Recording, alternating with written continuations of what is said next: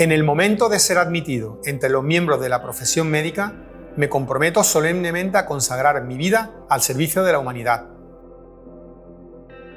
Conservaré a mis maestros el respeto y el reconocimiento del que son acreedores. Desempeñaré mi arte con conciencia y dignidad. La salud y la vida del enfermo serán las primeras de mis preocupaciones. Respetaré el secreto de quien haya confiado en mí. Mantendré en todas las medidas de mi medio el honor y las nobles tradiciones de la profesión médica. Mis colegas serán mis hermanos. No permitiré que entre mi deber y mi enfermo vengan a interponerse consideraciones de religión, de nacionalidad, de raza, partido o clase. Tendré absoluto respeto por la vida humana. Aun bajo amenazas, no admitiré utilizar mis conocimientos médicos contra las leyes de la humanidad. Hago estas promesas solemnemente, libremente, por mi honor. Por mi honor. Por mi honor. Acabo de descubrir este libro que es fantástico, del profesor Kirsner, que es el fundador de Hernia International. Lo titula Teatro del Mundo porque él presenta el mundo como una gran sala de operaciones en las cuales él ha estado pues, en casi 30 países, y lo titula La vida de un cirujano que viaja. Hasta ahora los viajes de los cirujanos y de los médicos están equiparados a lo que son los congresos, la farmaindustria, comer en sitios buenos, viajar en primera, que te lleven de viaje a hoteles cómodos. Sin embargo, esto es el contrapunto absoluto, ¿no? Hay médicos que han viajado y médicos que viajamos con nuestros propios recursos, sin saber dónde vamos a dormir y sin saber qué es lo que vamos a comer, y sin que nos importe, porque eso no es lo más importante. Lo más importante es lo que se va a hacer allí.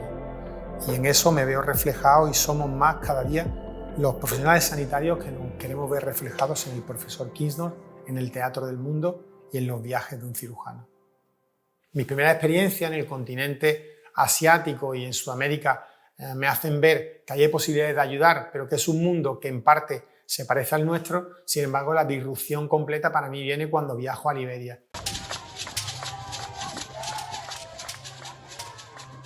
que es el quinto país más pobre del mundo, y allí veo que sí que no existe una vida como la nuestra en ningún sitio, y que la gente no tiene ningún acceso a la salud, y es un mundo que para mí es un descubrimiento absoluto, y me doy cuenta que la forma de ejercer la vocación de médico y la solidaridad como añadido en su más pura esencia están y tienen que estar en el continente africano.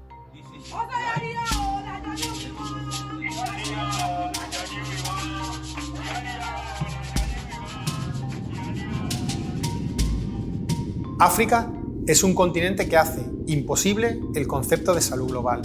Es imposible hacerlo en un continente en el que 300 millones de personas viven en situación de extrema pobreza, y en la que muchas personas todavía pierden la vida por cuestiones que en países como España serían problemas médicos o incluso intervenciones quirúrgicas sencillas y básicas.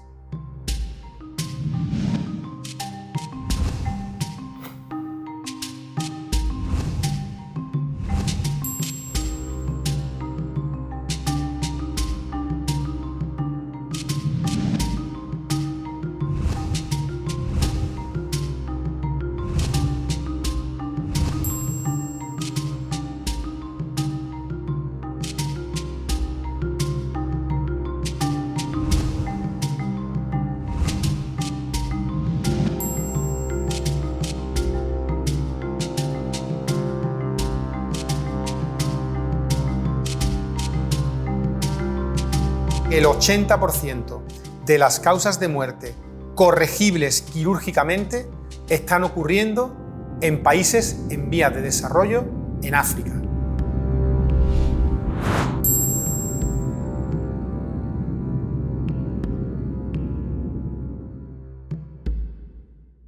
Una campaña quirúrgica no es solo la semana que se va a operar, o los 8 días o los 9 días que se va a trabajar. La campaña quirúrgica exige de una preparación de 2 o 3 meses antes, en los cuales tú tienes primero que tener una idea muy clara de a dónde vas.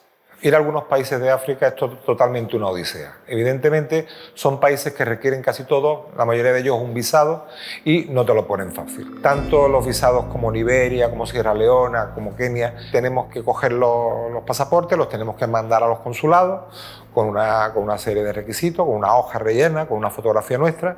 Los mandamos por un correo certificado y nos lo devuelven a la semana ya con nuestros visados.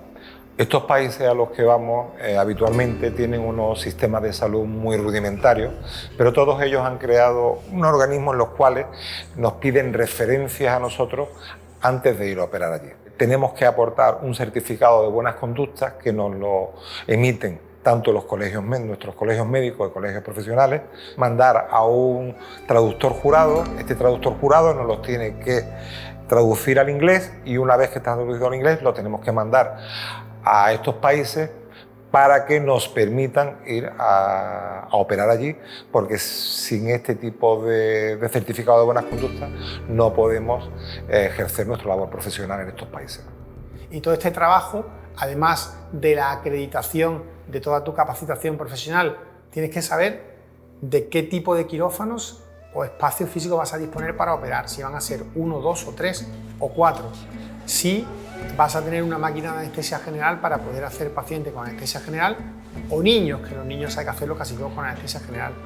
Si tienen material quirúrgico, si tienen generador de bisturí eléctrico, cuántos pacientes pueden reclutar los coordinadores, porque hay sitios donde te pueden reclutar 400 pacientes, hay sitios donde solamente pueden reclutarte 100, ¿vale? Y en función de todo eso, tú adaptas y creas el equipo con 2, 3, 4 cirujanos, 1, 2 o 3 anestesistas, 2 o 3 enfermeras. Hay sitios que se puede viajar sin enfermeros porque ellos tienen enfermeros que además quieren aprender contigo y que tú les enseñes. Una preparación de muchas semanas de trabajo, una planificación tanto a nivel de materiales, de horarios, porque evidentemente nosotros tenemos que compatibilizar nuestra vida laboral con la planificación de la misión que vamos a realizar. Contacto con la agencia de viajes para encontrar el vuelo, la mejor conexión, que tardemos el menos tiempo posible tanto a la ida como a la vuelta y sobre todo encontrar compañías que sean permisibles a la hora de permitir que podamos un exceso de volumen de mercancías, que casi siempre nos pasamos de kilos a la hora de embarcar. Obviamente no podemos estar llevando casi 400 kilos de material quirúrgico para operar, porque ahí tenemos que llevar de todo, si no fuera porque hay muchísima gente que nos apoya. Y esta gente no son solo los voluntarios de la Fundación, que somos los que vamos a hacer las campañas, sino grandes empresas que son muy sensibles a las necesidades que tenemos y que nos apoyan, como Monlight Pharma, que nos ha dado muchísimos paños y material de menaje quirúrgico, como Medtronic, que nos facilita el sedador vascular para hacer la cirugía endocrina, como B. Braun, que nos da muchísimo material de sutura, o como por ejemplo Cardiolink, que nos da un montón de mallas y de materiales protésicos para poder operar las hernias, que son fundamentales. Con todo lo que ellos nos van dando y vamos recopilando y guardando, con cosas que nos sobran a nosotros, somos capaces, y con muchas donaciones de otros voluntarios, de otros compañeros que son sensibles a lo que hacemos, de lograr reunir todo este material para poder ir y poder llevar a cabo esta campaña. Si no, sería absolutamente imposible, porque no se podría reunir este material ni económicamente se podría asumir. Tenemos que tener una serie de vacunas por las cuales sin estas vacunaciones no podemos entrar en estos países. Una de ellas, la más importante, es la vacuna de la fiebre amarilla. Cuando vas a tu primera misión a África y vas por primera vez a Sanidad Exterior, lo primero que te vacunan, aparte de la fiebre amarilla, es de la salmonela y del cólera. Esta te tienes que vacunar y tienes que ir dándote recuerdo. ¿Qué haremos? Pues ahora iremos a Sanidad Exterior, veremos cómo tenemos nuestras cartillas de vacunación y si te necesitamos vacunarlo del cólera o de la salmonela, pues lo haremos para ir prevenidos. Previamente, una semana antes de empezar de viajar, comenzamos a tomar Malarone. El Malarone es un medicamento que previene que te infectes de paludismo. El paludismo es la malaria tradicional, que todo el mundo lo conoce como malaria. Es una infección que te la transmite la picadura de un mosquito. Para evitar que te coman, Continuamente te estás poniendo repelente y es tu olor habitual durante los 10 días que estás en la misión. Huele a repelente de mosquito y nada más. Pero bueno, te acostumbras, ¿eh? Al final te gusta, ¿eh? Bueno, cuando nos vamos a alguna cooperación siempre supone un esfuerzo tanto personal, profesional como familiar. Las familias se queden tranquilas el día que te vas y se vuelven muy contentos el día que te ven aparecer nuevamente por casa, ¿no? Es verdad que nos vamos a sitios muy organizados en cuanto al número de pacientes que vamos a operar, tener una buena infraestructura, porque si no, la misión siempre es un fracaso, ¿no? Y eso contamos con la seguridad de que va a salir hacia adelante. En algunos países el coordinador puede ser un médico, en otros un auxiliar. Todos comparten un rasgo común, que es una persona que ha decidido afrontar la responsabilidad de que un determinado condado o un determinado poblado pueda tener salud, y para eso él hace un esfuerzo muy grande, ha logrado contactar con organismos como Hernia International o Cirujanos en Acción, firmar convenios de colaboración y establecerlos. Por eso es tan importante la figura del coordinador, y al final termina siendo personas con las que habitualmente nos relacionamos, tratamos por correo electrónico, incluso por WhatsApp de forma habitual, pues como Moses Asia en Uganda, o como Peter George en Liberia, o como Samba Yalo en Sierra Leona, o como Güero en Kenia, ¿no? Pues todo esto yo me ha enriquecido personalmente y lo he conocido gracias, que una cosa que siempre le agradeceré, a la doctora Teresa Butrón, que es la presidenta de Cirujanos en Acción, que confió en mí desde el primer momento para que yo pudiera coordinar y dirigir este tipo de proyectos, y yo estoy intentando pues también devolver la confianza que ella ha depositado en mí.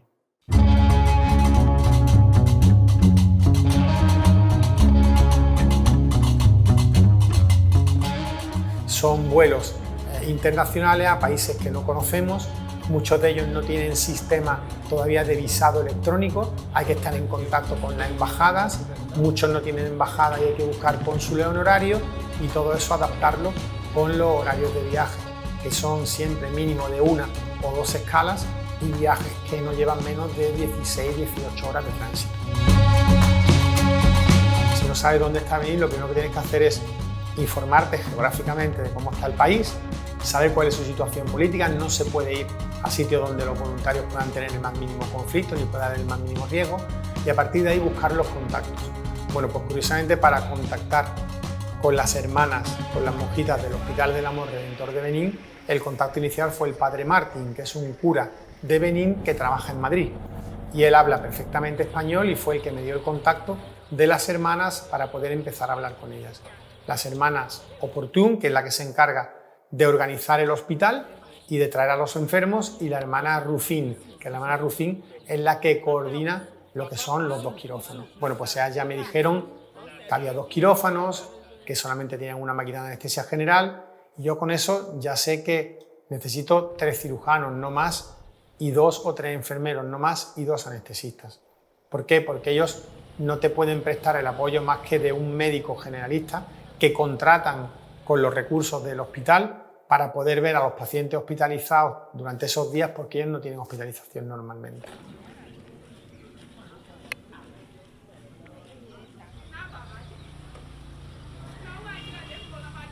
Es un hospital básico de África, pero me lo he encontrado muy bien el quirófano. El quirófano funciona fenomenal, es un quirófano que no es muy grande, pero sí que tenemos la posibilidad en el quirófano de tener 2 camas, está separado por un biombo, y entonces podemos hacer 2 cirugías a la vez.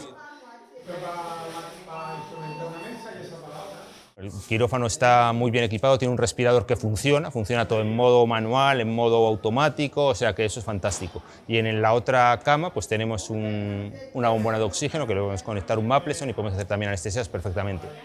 Nunca sabes qué te vas a encontrar en el lugar, y la verdad es que nos hemos encontrado una campaña muy organizada, sobre todo gracias a la congregación de hermanas que están organizando el hospital. En estos países en los que el acceso a la información es limitado y la gente, la población vive muy dispersa con unas comunicaciones realmente malas, hay gente que para poder venir a operarse tiene que andar 3 días hasta llegar al hospital, pues reclutar a los pacientes, como hacen los coordinadores locales, es un auténtico reto. Ellos lo hacen con la mejor voluntad posible, informan a la población pues por radio, por coches que se mueven por toda la comarca con altavoces, de que el que tenga algún problema de salud que crea que sea para operar, que acuda porque nosotros vamos a ir, ¿no? Hacen un pequeño filtrado antes porque saben que hay cosas que nosotros no vamos a poder hacer y de ese tamiz pues quedan todos los pacientes que nos están esperando cuando nosotros vamos allí. Cuando nosotros vamos allí nos encontramos pues algunas veces todos los pacientes esperando el primer día, como nos pasó en Liberia, otras veces, como nos ha pasado en Benín, están repartidos por días y cada día vienen un número determinado de pacientes porque las hermanas así lo han organizado. En cualquier caso, la sensación no deja de ser la misma, de encontrarte muchísima gente esperando para que tú la atiendas y no deja de ser impactante, aunque la hayas vivido la primera vez.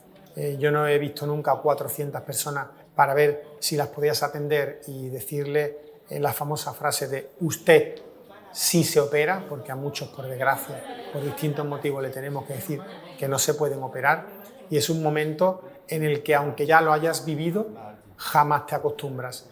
Te encuentras con personas que no tienen absolutamente ningún recurso. Todo lo que nos puedan contar por la prensa, por la televisión, que podamos ver, es nada comparado con la realidad de lo que allí vemos. ¿Y hasta dónde podemos llegar nosotros allí operando patologías? ¿Dónde ponemos el límite?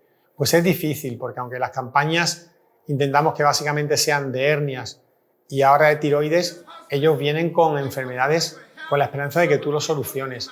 Y muchas de ellas pues van un poco más allá de los límites que nosotros planteamos de complejidad y cuesta trabajo decir que no. Y en las últimas campañas hemos operado bazos gigantes y hemos, incluso en la campaña de Liberia, operado un tumor renal, que son cosas que si tú con seguridad lo puedes hacer y dar ese paso, pues es muy bueno para ellos porque además les soluciona un problema que si no, no le va a solucionar a nadie, que es algo que a ti también te condiciona a la hora de tomar las decisiones, ¿no?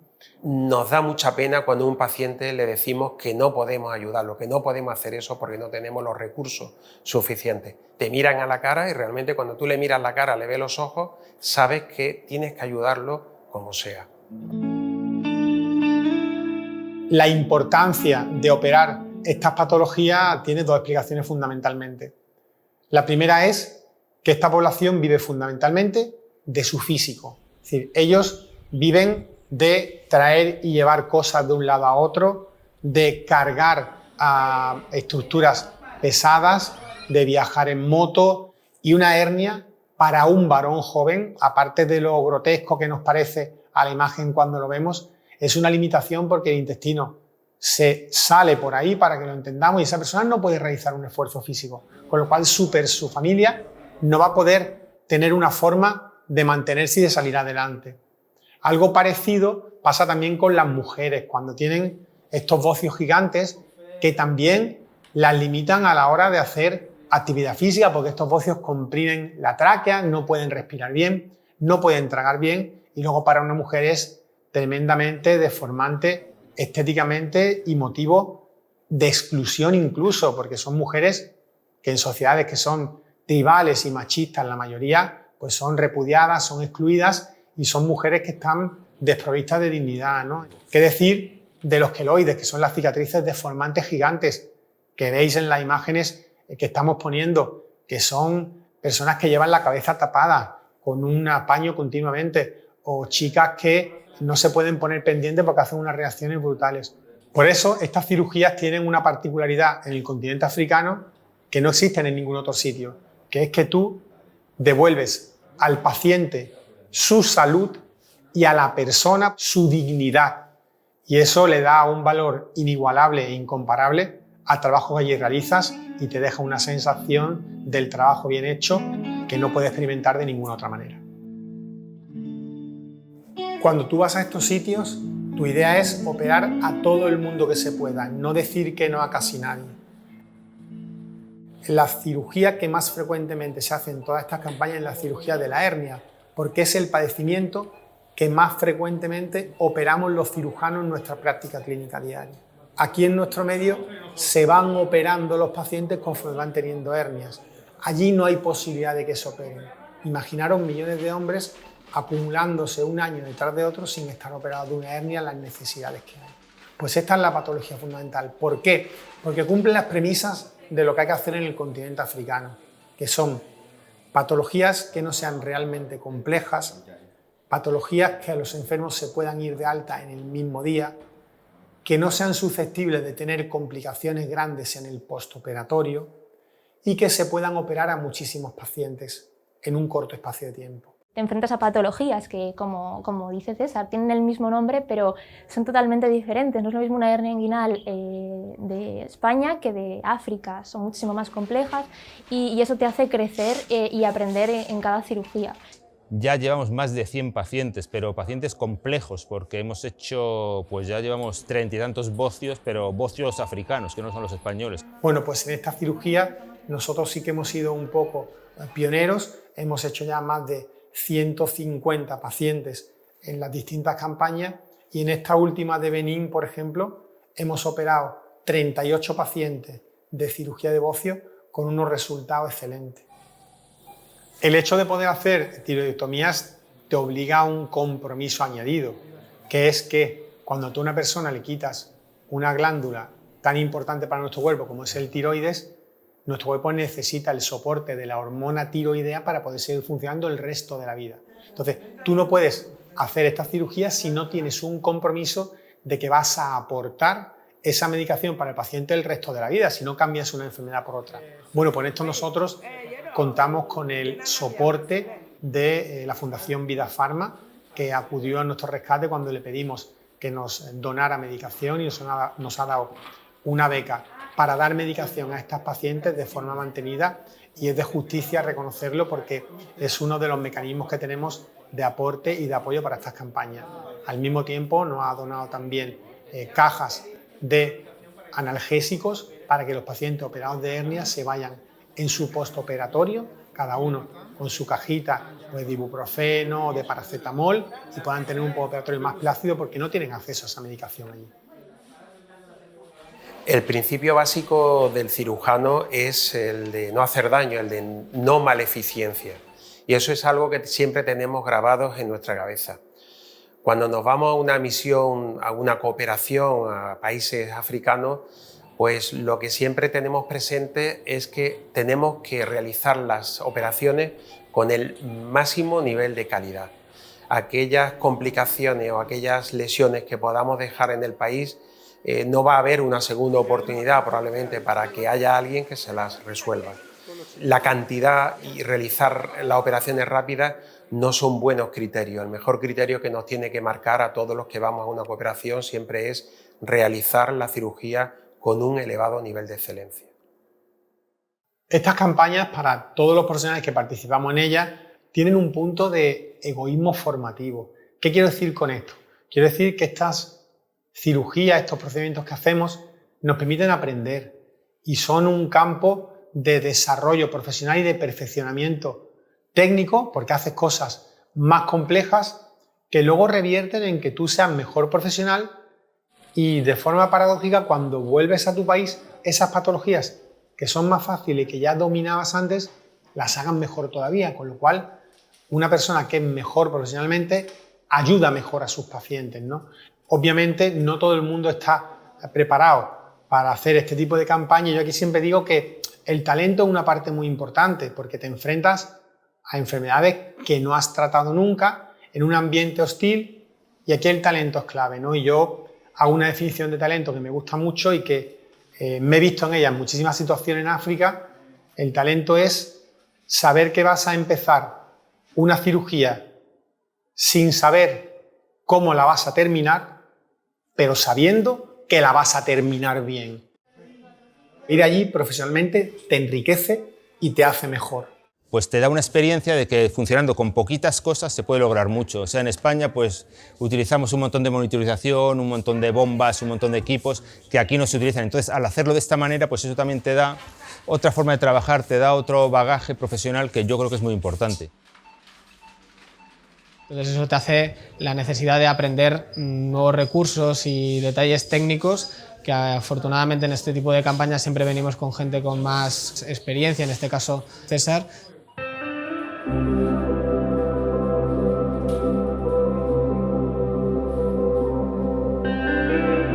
Yo no soy ninguna excepción. El trabajo del médico tiene que ser vocacional y yo tengo la vocación desde pequeño.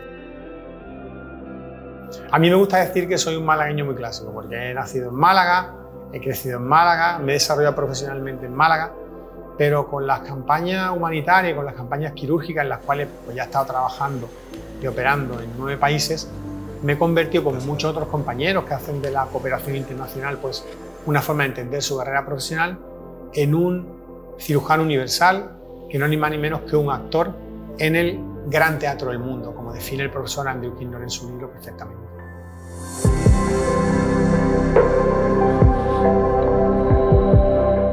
Es un guía y es una persona que se involucra mucho en las misiones. Es el que habla con la coordinadora, habla con el ministro, habla con cirujanos en acción, habla con quien tenga que hablar, pues para que no tengamos ningún problema a la hora de llegar, a la hora de trabajar y sobre todo a la hora de volver.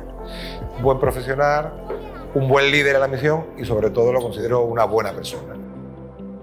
Él se encarga de que todo vaya perfecto, de que no haya ningún día que no se opere paciente. Por supuesto, cuando tenemos un problema recurrimos a él y él siempre pues, intenta con los coordinadores locales pues, solventarlo. El trabajo de los profesionales de la sanidad hoy en día no puede entenderse si no es como una vocación.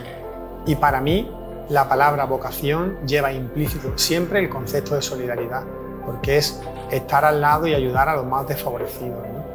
Y esto yo creo que a todos los que hacemos cooperación nos llega en algún momento de nuestra vida. En mi caso, seguro que es un caso que se ha repetido en muchos otros sitios del mundo, incluso de nuestro país.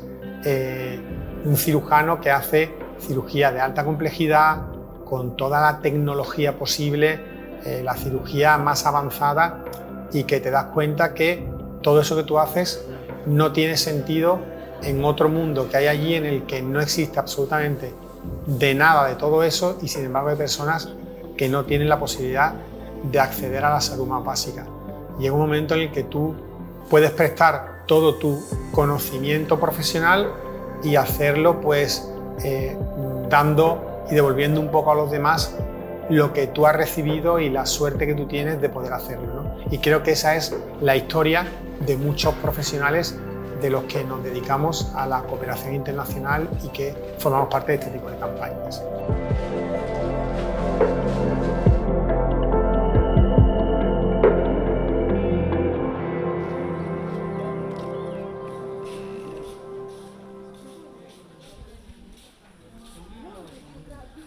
Nos hemos visto a las 10 de la noche, cansados, con gente esperando, y hemos dicho, vamos a otro paciente, y vamos a otro, hasta las 12 de la noche. O sea, a partir de esa hora no trabajamos, pero porque hay que poner el límite por respeto a los pacientes y que tú estás cansado ya en ese momento. Pero cuesta mucho trabajo decir que no, y cuesta mucho trabajo parar allí. Entre otras cosas porque tú vas allí solo para eso, no vas a ninguna otra cosa.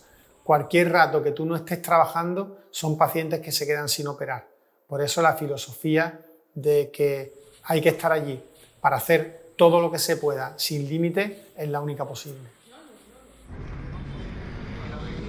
Al final del día, pues bueno, cuando terminábamos de operar, la verdad que las monjitas de allí, la verdad que han sido encantadoras, nos han dado todo lo que han tenido. Quiero decir, ellas tenían un huerto y de allí, de lo que ellas comían, pues nos preparaban cena a nosotros con todo su cariño, relajarte y tomar fuerzas para el día siguiente.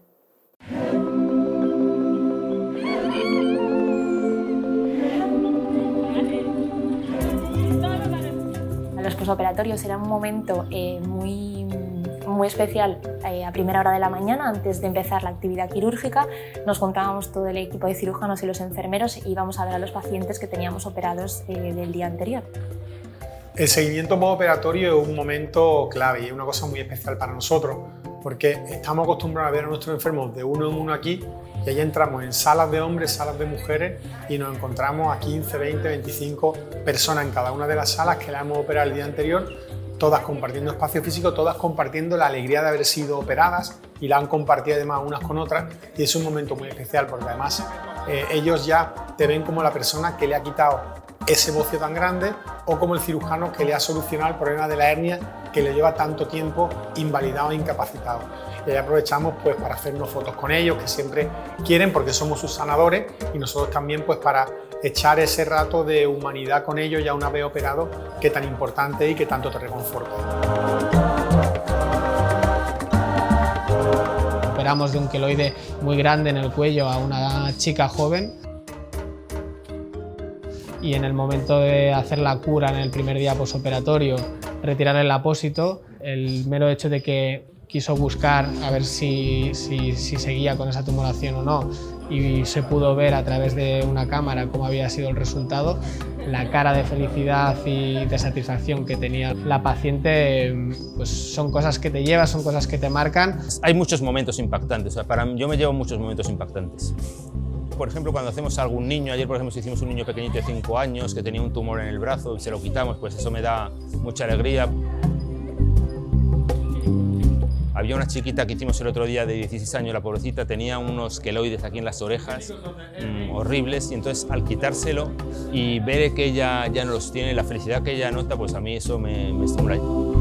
Cuando íbamos pasando al lado de ellos eran très bon travail, très bon travail, très bon travail, que eso para ellos es la señal de agradecimiento de todo lo que has hecho a lo largo del día. Siempre cuando sales por la puerta te dicen buen trabajo, muchas gracias, todos te lo agradecen, siempre tienen una sonrisa y con eso es suficiente, vamos. Te sonreían, muchos te hacían así, que simplemente con eso y con una sonrisa ya te vale, ya él sabe, o sea, el paciente sabe que va bien, tú sabes que él está bien, que no tiene dolor. Ese momento para ellos es algo muy importante y que a ti también te da mucha satisfacción.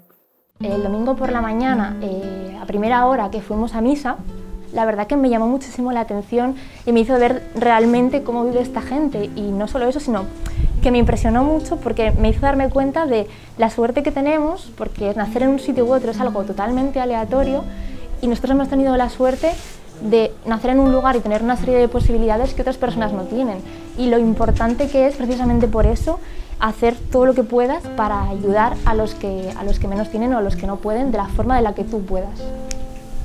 O sea, no es lo mismo anestesiar aquí y trabajar aquí que estar en España. O sea, en España ya es todo lo mismo, todo lo mismo. Cuando vienes a estos países te da un subidón y nada, y esta vez en Benín me ha dado mucho subidón, mucho subidón. O sea que súper feliz. La realidad supera todo lo esperado y ha sido, la verdad, una experiencia formidable. Cualquier persona que sea un poco sensible, que sea un poco humana, que vea a la gente que estás salvando vidas, que no sé, que esta gente que tanto lo necesita, te llevas también una alegría que es impresionante. O sea que al que le engancha, le engancha. Me parece algo brutal que un grupo de personas que no tienen nada en común ni se conocen vengan aquí a ayudar a gente que no conocen, a trabajar como locos para intentar aportar algo porque el mundo sea un sitio mejor, y eso me parece alucinante, la verdad. Nous rendons grâce à Dieu pour tout et nous leur souhaitons de continuer cette mission et pour le bien-être de la population. Merci. Toute la population est vraiment reconnaissante pour tout ce qu'ils ont eu à faire, Dr. César et toute son équipe, une équipe magnifique. Y que cuenten conmigo para más campañas porque me encanta esto, es lo que me gusta muchísimo y ojalá hubiera empezado hace muchos años. Es mi primera campaña y ha sido una experiencia emocionante, muy intensa, y estoy segura de que voy a volver a repetir porque me ha encantado. El día que pisamos España de vuelta de Benín le dije, cuenta conmigo para la siguiente. Para los que entendemos la medicina como un ejercicio de personas que ayudan a personas, este tipo de campañas nos devuelven al humanismo como forma esencial de las relaciones humanas.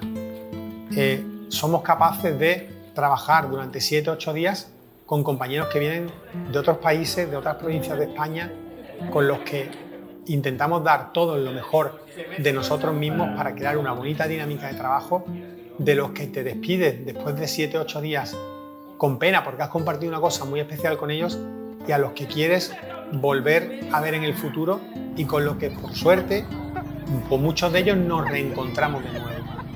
Y finalmente, la parte del humanismo de los que se quedan allí, de los que no vamos a volver a ver nunca, que son los pacientes que operamos, pero que hemos logrado dejar huella personal en ellos, de los niños que no han visto nunca su cara en un teléfono móvil reflejado y que te han enseñado a ti cómo una persona tan pequeñita puede vivir sin haberse mirado a la cara todavía. Y de todas las personas que cuando te vas te dicen vuelve pronto porque os necesitamos y necesitamos que podáis estar aquí.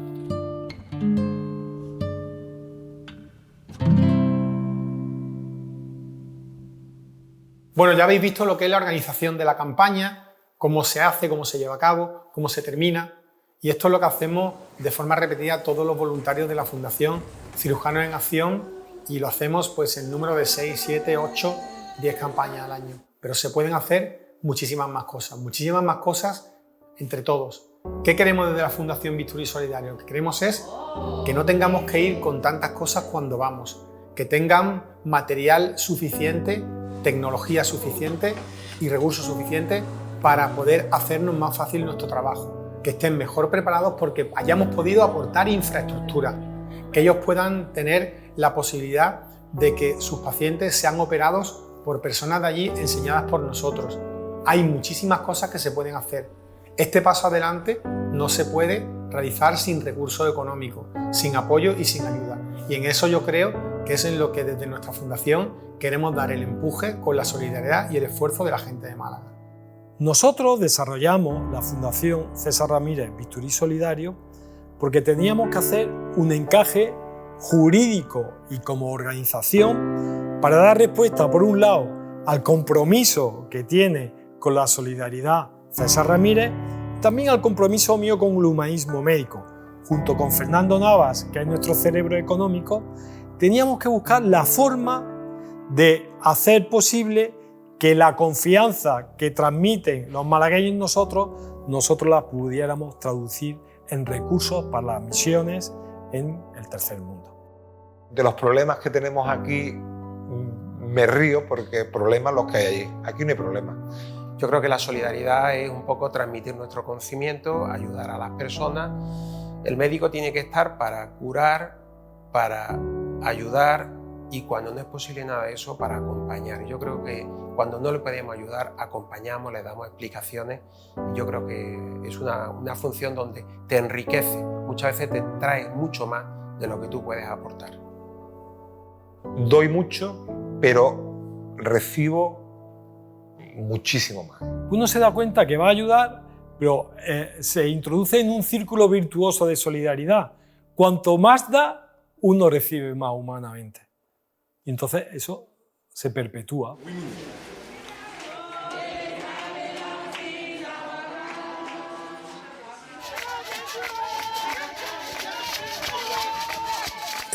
Javi, ¿tienes mi teléfono tú? ¿Está sonando del quirófano? Bueno, pues ya me tengo que ir. Volvemos al mundo real, al teatro de aquí de España, al teatro de nuestro mundo, sin que nos olvidemos de que en África aún queda mucho por hacer.